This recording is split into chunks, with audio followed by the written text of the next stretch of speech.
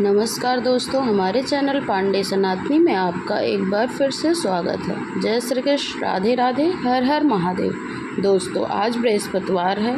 बृहस्पतिवार के दिन आइए सुनते हैं बृहस्पतिवार की कथा। ओम नमो भगवते वासुदेवाय नमः। बहुत ही प्राचीन समय की बात है। भारतवर्ष में एक राजा राज करता था। वह बड़ा प्रतापी और दानी था।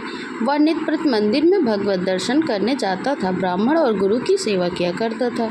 उसके द्वार से कोई भी याचक निराश होकर नहीं लौटता था। वह प्रत्येक गुरुवार को व्रत रखता एवं पूजन करता, हर दिन गरीबों की सहायता करता था। परंतु यह सब बातें उसकी रानी को अच्छी नहीं लगती थी। वह ना तो व्रत करती थी, ना किसी को एक पैसा दान में देती थी और राजा से भी ऐसा करने को मना किया करती थी। एक समय की बात है, राजा शिकार खेलने वन को चले गए थे। घर पर रानी और दासी थी और गुरु बृहस्पति देव साधु का रूप धारण करके राजा के दरवाजे पर भिक्षा मांगने आए। साधु ने रानी से भिक्षा मांगी तो वह रानी कहने लगी, साधु महाराज, मैं इस दान पुण्य से तंग आ गई हूँ। इस कार्य के लिए तो मेरे पति देव ही बहुत हैं। आप इस प्रकार की कृपा करें कि सारा धन नष्ट हो जाए, मैं आराम से रह सकूं। साधु रूपी बृहस्पति देव ने कहा, हे देवी, तुम तो बड़ी विचित्र हो। संतान और धन से कोई दुखी नहीं होता है, इसको सभी चाहते हैं। पापी भी पुत्र और धन की इच्छा करता है। अगर तुम्हारे पास धन अधिक है तो भूखे मनुष्यों को भोजन करवाओ, प्याऊ लगवाओ, ब्राह्मणों को दान दो, धर्मशालाएं बनवाओ, कुआं, तालाब, बागीचे आदि का निर्माण करवाओ, निर्धन कुंवारी कन्याओं का विवाह करवाओ, साथ ही यज्ञ आदि करो। इस प्रकार के कर्मों से आपका कुल और आपका नाम परलोक में सार्थक होगा एवं स्वर्ग की प्राप्ति भी होगी। परंतु रानी इन सब बातों से खुश ना हुई और उसने कहा, हे साधु महाराज, मुझे ऐसे धन की आवश्यकता नहीं है जिसको मैं अन्य लोगों को दान देती फिरूं, जिसको रखने और संभालने में मेरा सारा समय नष्ट हो जाए। साधु ने कहा, हे देवी, यदि तुम्हारी ऐसी इच्छा है तो ऐसा ही होगा। मैं तुम्हें उपाय बतलाता हूँ, वैसा ही करना। बृहस्पतिवार के दिन घर को गोबर से लीपना, अपने केसों को पीली मिट्टी से धोना, केसों को धोते समय स्नान करना, राजा से कहना वह हजामत करवाए, भोजन में मांस मदिरा खाना, कपड़ा धोबी के यहाँ धुलने को डालना। इस प्रकार 7 बृहस्पतिवार करने से तुम्हारा सारा धन नष्ट हो जाएगा। ऐसा कहकर साधु महाराज रूपी बृहस्पति देव अंतर ध्यान हो गए। रानी ने साधु के कहने के अनुसार 7 बृहस्पतिवार वैसा ही करने का विचार किया। साधु के बताए अनुसार करते हुए केवल 3 ही बृहस्पतिवार ही बीते थे कि उसकी समस्त धन संपत्ति नष्ट हो गई। भोजन के लिए भी दोनों परिवार तरसने लगा, सांसारिक भोगों से दुखी रहने लगा। तब वह राजा रानी से कहने लगा कि हे रानी, तुम यहाँ पर रहो, मैं दूसरे देश को जाता हूँ, क्योंकि यहाँ पर सभी मनुष्य मुझे जानते हैं, इसलिए मैं कोई कार्य भी नहीं कर सकता। ऐसा कहकर राजा परदेश चला गया। वहाँ जंगल से लकड़ी काट कर लाता और शहर में बेचता। इस तरह जीवन व्यतीत करने लगा था। इधर राजा के बिना रानी और दासियां दुखी रहने लगी थी। किसी दिन भोजन मिलता, किसी दिन जल पीकर ही रह जाती थी। एक समय रानी और दासी को 7 दिन बिना भोजन के व्यतीत हो गए थे। तो रानी ने अपनी दासी से कहा, हे दासी, पासी के नगर में मेरी बहन रहती है, वह बहुत धनवान है। तू उसके पास जा और उससे 5 सेर बेझर मांग ले आ, जिससे कुछ समय के लिए गुजर हो जाएगी। दासी रानी की बहन के पास गई। रानी की बहन उस समय पूजन कर रही थी। बृहस्पतिवार का दिन था। दासी ने रानी की बहन से कहा, रानी जी, मुझे आपकी बहन ने भेजा है, मुझे 5 सेर बेझर दे दो। दासी ने यह बात अनेक बार कही, परंतु रानी की बहन ने कोई उत्तर नहीं दिया, क्योंकि वह उस समय बृहस्पतिवार की कथा सुन रही थी। जब दासी को किसी प्रकार का उत्तर नहीं मिला तो वह बहुत दुखी हुई और उसे क्रोध भी आया। वह लौटकर रानी से बोली, रानी, आपकी बहन तो बहुत धनी स्त्री है, वह छोटे लोगों से बात भी नहीं करती है। मैंने उससे आपका संदेश कहा तो उसने कोई उत्तर नहीं दिया। मैं वापस चली आई। रानी बोली, दासी, इसमें उसका कोई दोष नहीं है। जब बुरे दिन आते हैं तो कोई सहारा नहीं देता है। अच्छे बुरे का पता विपत्ति में ही लगता है। अब जो ईश्वर की इच्छा होगी वही होगा। यह सब हमारे भाग्य का दोष है। उधर रानी की बहन ने सोचा कि मेरी बहन की दासी आई थी, परंतु मैं उससे नहीं बोली, इससे वह बहुत दुखी हुई होगी। कथा को सुनकर विष्णु भगवान का पूजन समाप्त करके अपनी बहन के घर आई और कहने लगी, बहन, मैं बृहस्पतिवार का व्रत कर रही थी। तुम्हारी दासी गई थी, परंतु जब तक कथा होती है तब तक ना उठते हैं ना बोलते हैं, इसलिए मैं नहीं बोली। कहो दासी क्यों गई थी? रानी बोली, बहन हमारे घर में अनाज नहीं था। वैसे तो तुमसे कोई बात छिपी नहीं है, इस कारण मैंने दासी को तुम्हारे पास 5 सेर बेजल लेने को भेजा था। रानी की बहन बोली, बहन देखो बृहस्पति भगवान सबकी मनोकामना पूरी करते हैं, देखो शायद तुम्हारे घर में भी अनाज रखा हो। ऐसा सुनकर दासी घर के अंदर गई। वहाँ उसे एक घड़ा बेजर का भरा मिल गया तो उसे बड़ी हैरानी हुई, क्योंकि उसने एक एक बर्तन देख लिया था। उसने बाहर आकर रानी को बताया। दासी अपनी रानी से कहने लगी, देखो रानी, जब हमें अन्न नहीं मिलता है तो हम रोज ही व्रत करते हैं। अगर इनसे व्रत की विधि कथा पूछ ली जावे तो हम भी कर लिया करेंगे। दासी के कहने पर रानी ने अपनी बहन से बृहस्पतिवार के व्रत के बारे में पूछा। उसकी बहन ने बताया, बृहस्पतिवार के व्रत में चने की दाल और मुनक्का से विष्णु भगवान का केले के जड़ में पूजन करें, दीपक जलाएं, पीला भोजन करें और कथा सुने। इस प्रकार करने से गुरु भगवान प्रसन्न होते हैं, अन्न पुत्र धन देते हैं और सबकी मनोकामनाओं को पूर्ण करते हैं। व्रत और पूजन की विधि बताकर रानी की बहन अपने घर लौट आई। रानी और दासी दोनों ने निश्चय किया कि बृहस्पति देव भगवान का पूजन अवश्य करेंगे। 7 रोज बाद जब बृहस्पतिवार आया तो उन्होंने व्रत रखा। घुड़सवार में चना गुड़ आदि लाकर उसकी दाल से केले के जड़ में विष्णु भगवान का पूजन किया। अब पीला भोजन कहाँ से आए? बेचारी बड़ी दुखी हुई, परंतु उन्होंने व्रत किया था, इस कारण बृहस्पति देव प्रसन्न थे। एक साधारण व्यक्ति के रूप में 2 थालों में सुंदर पीला भोजन लेकर आए और दासी को देकर बोले, दासी यह तुम्हारे और रानी के लिए भोजन है, तुम दोनों भोजन करना। दासी भोजन पाकर बड़ी प्रसन्न हुई और रानी से बोली, चलो रानी जी भोजन कर लो। रानी को भोजन आने के बारे में कुछ भी पता नहीं था, इसलिए वह दासी से बोली, तू ही भोजन कर, क्योंकि तू हमारी व्यर्थ में हंसी उड़ाती है। तो दासी बोली, एक व्यक्ति भोजन दे गए हैं। रानी कहने लगी, वह तेरे लिए ही दे गए हैं, तू ही भोजन कर। दासी ने कहा, वह व्यक्ति हम दोनों के लिए 2 थालों में भोजन दे गए हैं। भोजन इसलिए हम और आप दोनों ही साथ साथ भोजन करेंगे। दोनों ने गुरु भगवान को नमस्कार करके भोजन प्रारंभ किया। उसके बाद वे प्रत्येक बृहस्पतिवार को भगवान विष्णु का पूजन करने लगी। बृहस्पति भगवान की कृपा से उनके पास फिर से धन हुआ, परंतु रानी फिर से उसी प्रकार आलस करने लगी। तब दासी बोली, देखो रानी जी, तुम पहले भी इसी प्रकार आलस करती थी, तुम्हें धन को रखने उठाने में कष्ट होता था, इसीलिए सभी धन नष्ट हो गया। गुरु भगवान की कृपा से हमें यह धन फिर से मिला है, तो तुम्हें फिर से आलस होती है। बड़ी मुसीबतों के बाद हमने यह धन पाया है, इसलिए हमें दान पुण्य करना चाहिए। भूखे मनुष्यों को भोजन करवाओ, प्याऊ लगवाओ, ब्राह्मणों को दान दो, कुआं तालाब बावड़ी बाग बगीचे आदि का निर्माण करवाओ, मंदिर पाठशाला बनवा कर दान दो, कुंवारी कन्याओं का विवाह करवाओ। धन को शुभ कार्यों में खर्च करो, जिससे तुम्हारे कुल का यश बढ़े और स्वर्ग प्राप्त हो और पितृ भी प्रसन्न हो। दासी की बात मानकर रानी इसी प्रकार के कर्म करने प्रारंभ कर दिए। उसका काफ़ी यश फैलने लगा। एक दिन रानी और दासी आपस में विचार करने लगी, ना जाने राजा किस प्रकार से होंगे, उनकी कोई खोज खबर नहीं। गुरु भगवान से उन्होंने प्रार्थना की और भगवान ने रात्रि में राजा के स्वप्न में कहा, हे राजा उठ, तेरी रानी तुझको याद करती है, अब अपने देश को लौट जा। राजा प्रातःकाल उठा। वह विचार करने लगा कि स्त्री जाति खाने और पहनने की साथी होती हैं, पर भगवान की आज्ञा मानकर वह अपने नगर को चलने के लिए तैयार हुआ। जब राजा परदेश गया था तो बहुत दुखी रहने लगा था। प्रतिदिन जंगल से लकड़ी काटकर लाता और उसे शहर में बेचकर अपने दुखी जीवन को कठिनता से व्यतीत करता था। एक दिन राजा दुखी होकर अपनी पुरानी बातों को याद करके रोने लगा। उस जंगल में बृहस्पति देव एक साधु का रूप धारण करके आ गए और राजा के पास आकर बोले, हे लकड़हारे, तुम इस सुनसान जंगल में किस चिंता में बैठे हो, मुझको बतलाओ। यह सुनकर राजा के नेत्रों में जल भर आया और साधु की वंदना करके बोला, हे प्रभु, आप तो सब कुछ जानने वाले हो। इतना कहकर राजा ने साधु को संपूर्ण कहानी सुना दी। महात्मा तो स्वभाव से ही दयालु होते हैं। वे राजा से बोले, राजा, तुम्हारी पत्नी ने बृहस्पति देव के प्रति अपराध किया था, जिसके कारण तुम्हारी यह दशा हुई। अब तुम किसी बात की चिंता मत करो, भगवान तुम्हें पहले से भी अधिक धन देंगे।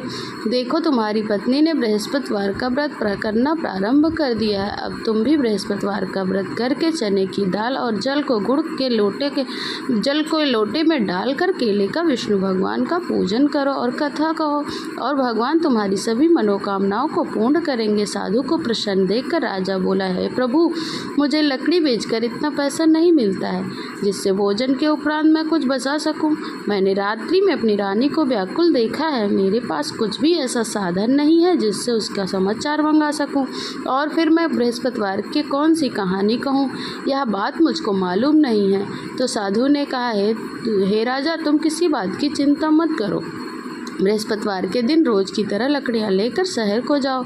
तुम्हें रोज से दुगना धन प्राप्त होगा जिससे तुम भली भात भोजन कर लोगे और बृहस्पति देव का पूजन का सामान भी आ जाएगा। और बृहस्पति देव की कहानी भी इस प्रकार है। प्राचीन काल में एक बहुत ही निर्धन ब्राह्मण था। उसके कोई संतान नहीं थी। वह नित्य पूजा पाठ करता था, परंतु उसकी स्त्री बहुत मलिनता के साथ रहती थी।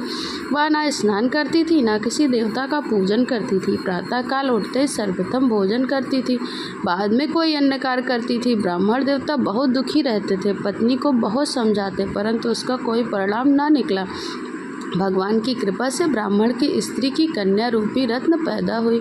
वह कन्या अपने पिता के घर में बड़ी होने लगी। वह बालिका प्रातः स्नान करके भगवान विष्णु का जप करती, बृहस्पतिवार का व्रत भी करती थी, पूजा पाठ करके समाप्त करके स्कूल जाती थी और अपनी मुट्ठी में जौ भर कर ले जाती थी। पाठशाला के मार्ग में जौ डालती जाती थी। जौ सोड़ के हो जाते तो लौटते समय उनको बीनकर घर ले आती थी। एक दिन वह बालिका सूप में सोने के जौ को फटक कर साफ कर रही थी। तभी उसकी माँ ने देख लिया और कहा, बेटी, सोने के जौ को फटकने के लिए सोने का सूप होना चाहिए। दूसरे दिन गुरुवार था। इस कन्या ने व्रत रखा और बृहस्पति देव से प्रार्थना करके कहा, हे प्रभु, यदि मैंने सच्चे मन से आपकी पूजा की हो तो मुझे सोने का सूप दे दो। बृहस्पति देव ने उसे उसकी प्रार्थना स्वीकार कर ली। रोजाना की तरह वह कन्या जौ फैलाती हुई स्कूल चली गई। स्कूल से लौटकर जब वह जौ बीन रही थी तो बृहस्पति देव की कृपा से उसे सोने का सूप मिला। उसे वह घर ले आई। उसमें जौ साफ करने लगी, परंतु उसकी माँ का वही ढंग रहा। एक दिन की बात है, वह कन्या सोने के सूप में जौ साफ कर रही थी। उस समय उस नगर का राजकुमार वहाँ से होकर निकला। इस कन्या के रूप और कार्य को देखकर उस पर मोहित हो गया और राजमहल में आकर भोजन तथा जल त्याग कर उदास होकर लेट गया। राजा रानी को राजकुमार द्वारा अन्न जल त्यागने का समाचार ज्ञात हुआ तो उसने मंत्रियों के साथ अपने पुत्र के पास गए और बोले, बेटा, तुम्हें किस बात का कष्ट है? किसी ने अपमान किया है अथवा कोई अन्य कारण है? मुझे बताओ, मैं वही कार्य करूँगा जिससे तुम्हें प्रसन्नता। तो राजकुमार ने अपने पिता की बातें सुनी तो वह बोला, मुझे आपकी कृपा से किसी बात का दुख नहीं है। किसी ने मेरा अपमान भी नहीं किया है, परंतु मैं उस लड़की के साथ विवाह करना चाहता हूँ जो वह सोने के सूप में जौ साफ कर रही थी। यह सुनकर राजा आश्चर्य में पड़ गया और बोला, बेटा, इस तरह की कन्या का पता तुम ही लगाओ, मैं उसके साथ तुम्हारा विवाह अवश्य करवा दूंगा। राजकुमार ने राजा को उस लड़की के घर का पता बतलाया। मंत्री उस लड़की के घर गए और राजा का आदेश ब्राह्मण को सुनाया। कुछ ही दिन के बाद ब्राह्मण की कन्या का विवाह राजकुमार के साथ संपन्न हो गया। कन्या के घर के जाते ही ब्राह्मण देवता के घर में पहले की भांति गरीबी का निवास हो गया। अब भोजन के लिए भी अन्न बड़ी मुश्किल से मिलता था। एक दिन दुखी होकर ब्राह्मण देवता अपनी पुत्री से मिलने गए।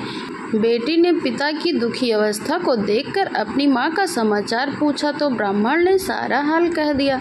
कन्या ने बहुत सा धन देकर अपने पिता को विदा कर दिया।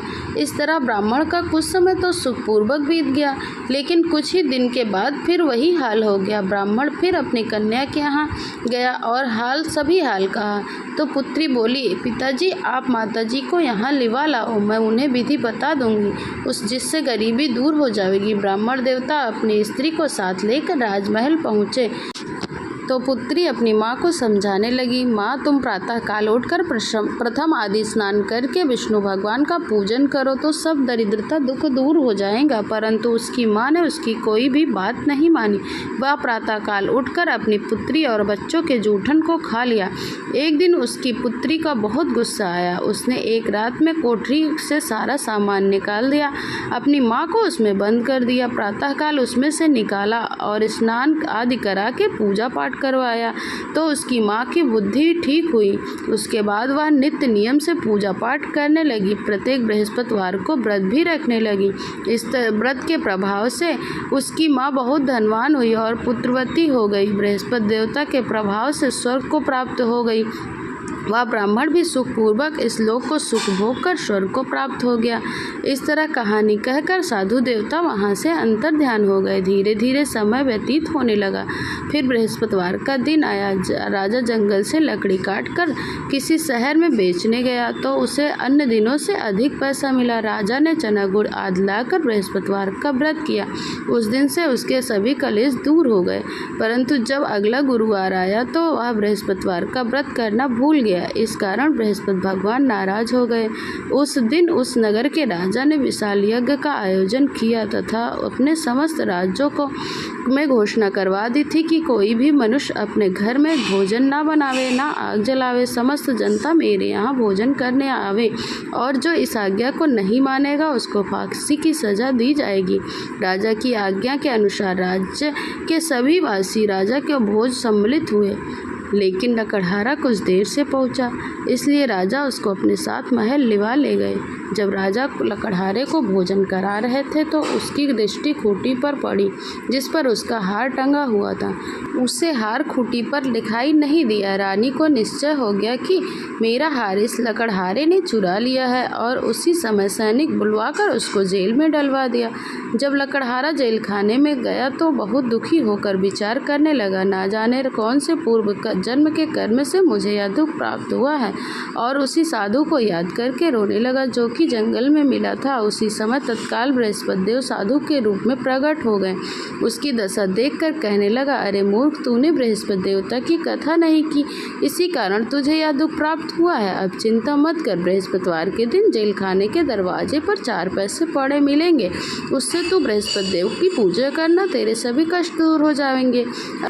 अगले बृहस्पतिवार को उसे जेल के द्वार पर 4 पैसे पड़े मिले। राजा ने पूजा का सामान मंगवाकर कथा कही और प्रसाद बांटा। उसी रात्रि को बृहस्पति देव ने उस नगर के राजा को स्वप्न में कहा कि राजा, तूने जिस आदमी को जेल खाने में बंद कर दिया है वह निर्दोष है, वह राजा है, उसे छोड़ देना। रानी का हार उसी खूंटी पर लटका हुआ है। अगर तू ऐसा नहीं करेगा तो मैं तेरे राज को नष्ट कर दूंगा। राजा प्रातःकाल उठा और खूंटी पर हार टंगा देखकर लकड़हारे को बुलाकर क्षमा मांगी और राजा के सुंदर योग्य वस्त्र आभूषण भेंट करके उसे विदा किया। गुरुदेव की आज्ञा के अनुसार राजा अपने नगर को चल दिया। जब राजा नगर के निकट पहुंचा तो उसे बड़ा आश्चर्य हुआ। नगर में पहले से अधिक बाग, तालाब, कुएं, बहुत सी धर्मशालाएं, मंदिर आदि बन गए थे। राजा ने यह पूछा कि यह सब किसकी बाग धर्मशाला है। तब सब नगर के लोग कहने लगे कि यह रानी और दासी ने बनवाए हैं। तो राजा को बड़ा आश्चर्य हुआ और गुस्सा भी आया। तब रानी ने यह खबर सुनी कि राजा आ रहे हैं। उसने अपनी दासी से कहा कि दासी, देख, हमको राजा कितनी बुरी हालत में छोड़ गए थे। हमारी ऐसी दशा देखकर राजा कहीं लौट न जाए, इसलिए तू दरवाजे पर खड़ी हो जा। रानी की आज्ञा के अनुसार दासी दरवाजे पर खड़ी हो गई। जब राजा आए तो उन्हें अपने साथ महल में लिवा ले आई। तब राजा क्रोध करके अपनी तलवार निकाली और पूछने लगा, यह सब बताओ तुम्हें कैसे प्राप्त हुआ। तब रानी ने बताया कि हमें यह धन बृहस्पति देव के व्रत के प्रभाव से प्राप्त हुआ है। राजा ने निश्चय किया कि 7 रोज बाद तो सभी बृहस्पति देव का पूजन करते हैं, परंतु मैं रोजाना दिन में 3 बार कथा कहा करूँगा और रोज व्रत किया करूँगा। अब हर समय राजा के दुपट्टे में चने की दाल बंधी रहती और दिन में 3 बार कथा कहता। एक दिन राजा ने विचार किया कि चलो अपनी बहन के यहाँ हो आऊँ। इस तरह निश्चय कर राजा घोड़े पर सवार होकर अपनी बहन के यहाँ चल दिया। मार्ग में उसने देखा कुछ एक आदमी एक मुर्दे को लिए जा रहे हैं। उन्हें रोककर राजा कहने लगा, अरे भाइयों, मेरी बृहस्पतिवार की कथा सुन लो। तो कुछ लोग बोले, लो, हमारा तो आदमी मर गया, इसको अपनी कथा की पड़ी है। परंतु कुछ आदमी बोले, अच्छा ठीक है, तुम्हारी कथा भी सुनेंगे। राजा ने दाल निकाली और कथा कहनी शुरू कर दी। जब कथा आधी हुई थी तो मुर्दा हिलने लग गया। जब कथा समाप्त हुई तो वह राम राम करके मुर्दा उठ खड़ा हो गया। राजा आगे बढ़ा। उसे चलते चलते शाम हो गई। आगे मार्ग में एक किसान खेत में हल चलाता मिला। राजा उससे बोला, अरे भैया, तुम मेरे ही बृहस्पतिवार की कथा सुन लो। तो किसान झुझला कर बोला, जब तक मैं तेरी कथा सुनूंगा तब तक 4 हरैया जोत लूँगा। जा अपनी कथा किसी और को सुनाना। राजा आगे चलने लगा। राजा के हटते ही बैल पछाड़ खाकर गिर गया और किसान के पेट में बहुत जोरों का दर्द होने लगा। उसी समय किसान की माँ रोटी लेकर आई थी। जब उसने देखा तो अपने पुत्र से सवाल पूछा और बेटे ने सभी हाल कह दिया। तो बुढ़िया दौड़ी दौड़ी घुड़सवार के पास गई। उससे बोली, मैं तेरी कथा सुनूंगी, तू अपनी कथा मेरे खेत पर चलकर कहना। राजा ने लौटकर बुढ़िया के खेत पर जाकर कथा कही, जिसको सुनते ही बैल उठकर खड़े हो गए और किसान के पेट का दर्द भी बंद हो गया। राजा अपनी बहन के घर पहुंचा तो बहन ने खूब मेहमानी की। दूसरे रोज प्रातः काल जागा तो उसने देखा कि सब लोग भोजन कर रहे हैं। राजा ने अपनी बहन से पूछा, क्या कोई ऐसा मनुष्य है जिसने अभी तक भोजन ना किया हो? बृहस्पतिवार की कथा सुन ले। तो बहन बोली, भैया हमारे घर क्या आपको इस देश में ऐसा कोई व्यक्ति नहीं मिलेगा जो अभी तक भोजन ना किया हो। पहले लोग भोजन करते हैं, बाद में कोई अन्नकार करते हैं। अगर पड़ोस में है तो मैं देखकर आती हूँ। ऐसा कहकर बहन देखने चली गई, परंतु उसे ऐसा कोई व्यक्ति नहीं मिला जिसने भोजन ना किया हो। अतः वह पता लगाते लगाते एक कुम्हार के घर गई जिसका बेटा बीमार था। उसे मालूम हुआ कि उसके यहाँ 3 दिन से किसी ने भोजन नहीं किया है। तो रानी ने अपने भाई से कथा सुनने के लिए कुम्हार से कहा, तो वह कुम्हार तैयार हो गया। राजा ने जाकर बृहस्पतिवार की कथा सुनाई, जिसको सुनकर उसका लड़का ठीक हो गया। अब तो राजा की बहुत प्रशंसा होने लगी। एक दिन राजा ने अपनी बहन से कहा कि बहन, हम घर को जाएंगे, तुम भी तैयार हो जाओ। तो राजा की बहन ने अपनी सास से कहा। सास अपने भैया के जाने की आज्ञा मांगी तो सास बोली कि चली जा, परंतु अपने लड़कों को मत ले जाना, क्योंकि तेरे भाई के कोई संतान नहीं है। बहन ने अपने भैया से कहा, भैया मैं तो चलूँगी पर कोई बालक नहीं जाएंगे। राजा ने कहा, जब कोई बालक नहीं जाएंगे तो तुम ही चलकर क्या करोगी?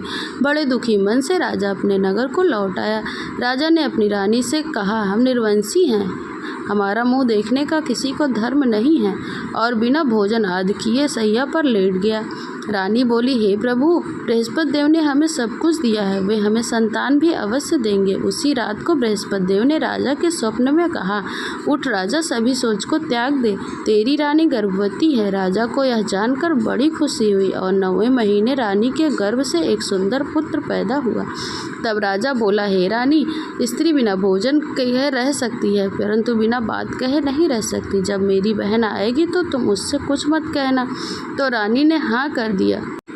जब राजा की बहन ने यह समाचार सुना तो वह बहुत खुशी हुई और बधाई लेकर अपने भाई के यहाँ आई। तभी रानी ने कहा, घोड़ा चढ़कर तो आई नहीं, गधा चढ़ी आई हो। राजा की बहन बोली, भाभी मैं इस प्रकार ना कहती तो तुम्हें औलाद कैसे मिलती? बृहस्पति देव ऐसे ही हैं, जैसे जिनकी मन की कामनाएं हैं सभी को पूर्ण करते हैं। जो सद्भावना पूर्वक बृहस्पतिवार का व्रत करता है एवं कथा पढ़ता है तथा सुनता है और दूसरों को सुनाता है, बृहस्पति देव उसकी सभी मनोकामनाओं को पूर्ण करते हैं। बृहस्पति देव की कहानी सदैव रक्षा करती है। जो संसार में सद्भावना से गुरुदेव के पूजन एवं सच्चे मन से हृदय से करते हैं, उनकी सभी मनोकामनाओं को पूर्ण करते हैं। जैसी सच्ची भावना से राजा रानी ने बृहस्पति देव की कथा का गुणगान किया तो उनकी सभी इच्छाएं पूर्ण हुई, बृहस्पति देव ने पूर्ण की। इसलिए सबको कथा सुनने के बाद प्रसाद लेकर जाना चाहिए और हृदय से उनका मनन करते हुए जयकारा बोलना चाहिए। बोलो बृहस्पति देव की जय। आइए सुनते हैं बृहस्पतिवार की आरती। जय बृहस्पति देवा स्वामी, जय बृहस्पति देवा, छिन छिन भोग लगाऊं कदली फल मेवा। ओम जय बृहस्पति देवा। तुम पूर्ण परमात्मा, तुम अंतर्यामी, जगत पिता जगदीश्वर, तुम सबके स्वामी। ओम जय बृहस्पति देवा स्वामी, जय बृहस्पति देवा। चरणामृत निज निर्मल सब पातक हरिता, सकल मनोरथ दायक कृपा करो बरता। ओम जय बृहस्पति देवा। तन मन धन अर्पण कर जो जन शरण पड़े, प्रभु प्रकट तब होकर आकर द्वार खड़े। ओम जय बृहस्पति देवा स्वामी, जय बृहस्पति देवा। दीन दयाल दयानिध भक्तन हितकारी, पाप दोष सब हरता भव बंधन हारी। ओम जय बृहस्पति देवा, स्वामी जय बृहस्पति देवा। सकल मनोरथ दायक सब संशय टारी, विषय विकार मिटाओ संतन सुखकारी। ओम जय बृहस्पति देवा, स्वामी जय बृहस्पति देवा। जो कोई आरती तेरी प्रेम सहित गावे, स्वामी प्रेम सहित गावे। ज्येष्ठानंद आनंद कंद सा निश्चय फल पावे। ओम जय बृहस्पति देवा, स्वामी जय बृहस्पति देवा। ओम जय बृहस्पति देवा, स्वामी जय बृहस्पति देवा। छिन छिन भोग लगाऊं कदली फल मेवा। ओम जय बृहस्पति देवा। बोलो विष्णु भगवान की जय, बृहस्पति देव की जय। ओम नमो भगवते वासुदेवाय नमः। ओम नमो भगवते वासुदेवाय नमः। ओम नमो भगवते वासुदेवाय नमः। ओम नमो भगवते वासुदेवाय नमः। ओम नमो भगवते वासुदेवाय नमः। ओम नमो भगवते वासुदेवाय नमः। ओम नमो भगवते वासुदेवाय नमः। जय श्री हरि विष्णु भगवान की जय।